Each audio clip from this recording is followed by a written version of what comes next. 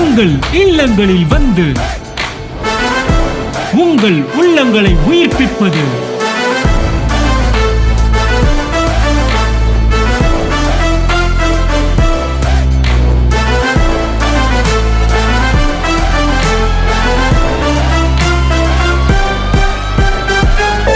உங்கள் channel DJ. ஒரு வார்த்தை உன்னை பார்த்து சொல்லுவார் என்றால், ஆமேன், ஒரு வார்த்தை சொல்லுவாரானால், நீ இப்பொழுது இருக்கிறதை பார்க்கிலும் இன்னும் 1000 மடங்கு அதிகமாகும்படி உன் தேவனாகிய கர்த்தர் உன்னை சொன்னபடியே உன்னை ஆசீர்வதிப்பார் என்றால், என் வாழ்க்கை அந்த இடத்திலே வந்து நிற்கும்.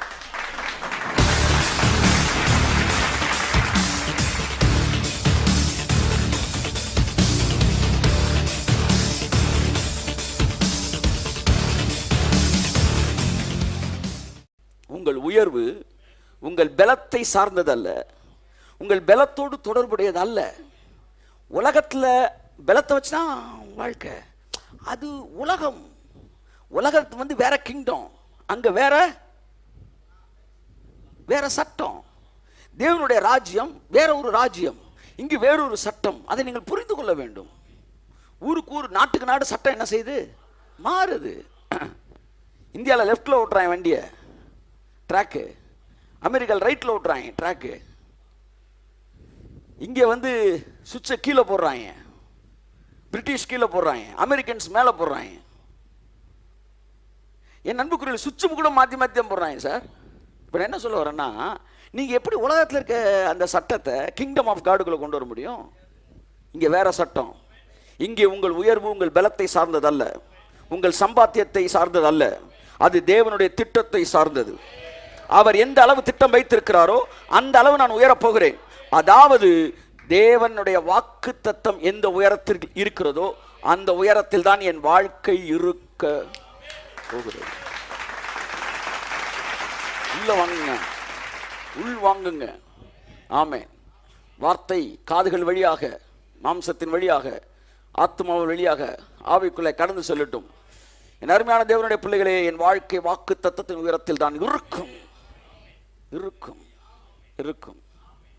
தேவன் வந்து பயங்கரமான ஆளாங்க. அவர் வரும்போது ஒரு மேட்டரை யோசிச்சுக்கிறேன். ஒரு ஆள்கிட்ட உனக்கு வந்து ஒரு 37 வயசுல தரேன், 35 வயசுல தரேன் அப்படின்னு ப்ராமிஸ் பண்ணிட்டான்னு வச்சுக்கோங்களேன். இல்லை ஒரு 20 வயசுல உங்களுக்கு தரேன் அப்படின்னு சொன்னது, அவனுக்கு 25 வயசு ஆயிடுச்சுன்னு வச்சுக்கோங்களேன். நம்ம என்ன நினைக்கிறோம், வார்த்தை நிறைவேறலன்னு. அப்போ கர்த்தர் எனக்கு அதை காட்டுறாரு. 20 வயசுல தரேன்னு ஒருத்தன் சொல்லிட்டு அவன் 23 வயசு ஆகி போச்சு. அப்போ கர்த்தர்கிட்ட இப்போ என்ன ஆண்டவரே 20 தரேனே 23 ஆயிடுச்சு அப்படின்னா, இல்லையே அவன் 20லாம் இருக்கான்றார்.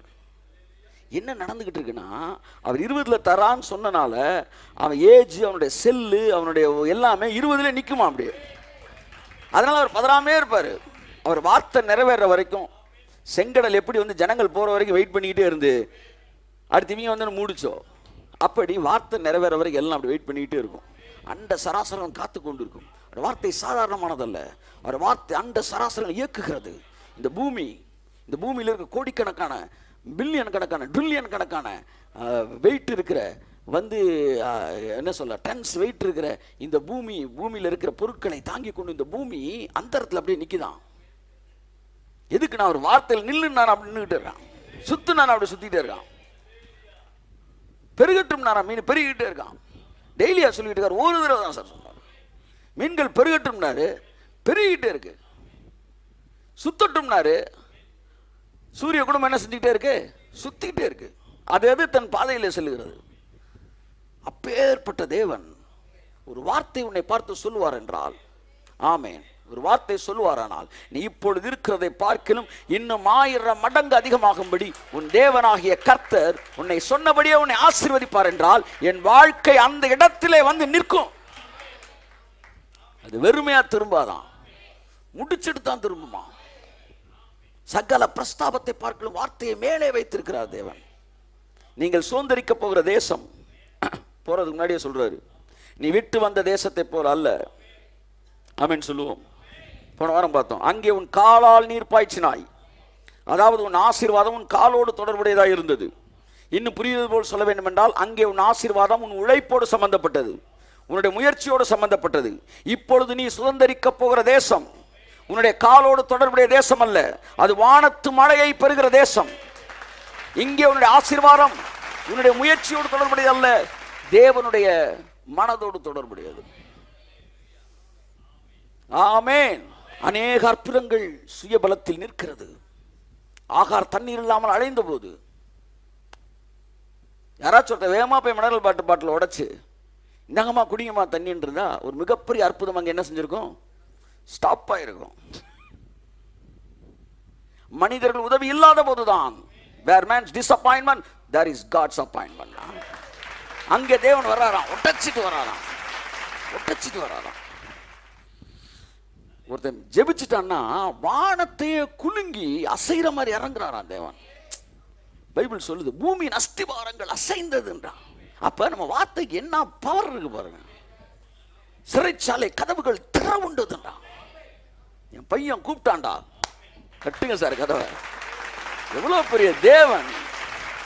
நீ போயிட்டு இறங்கும் ஐயா இறங்கும்மையான்னுகிட்டு இருக்கிற.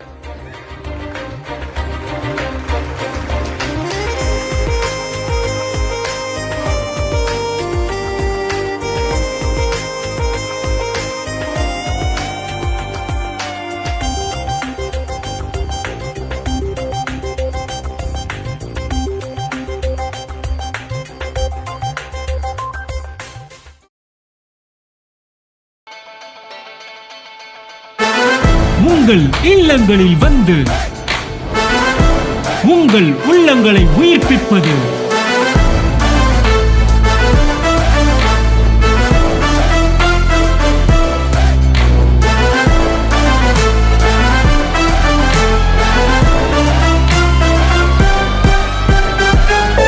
உங்கள் சேனல் டிஜே.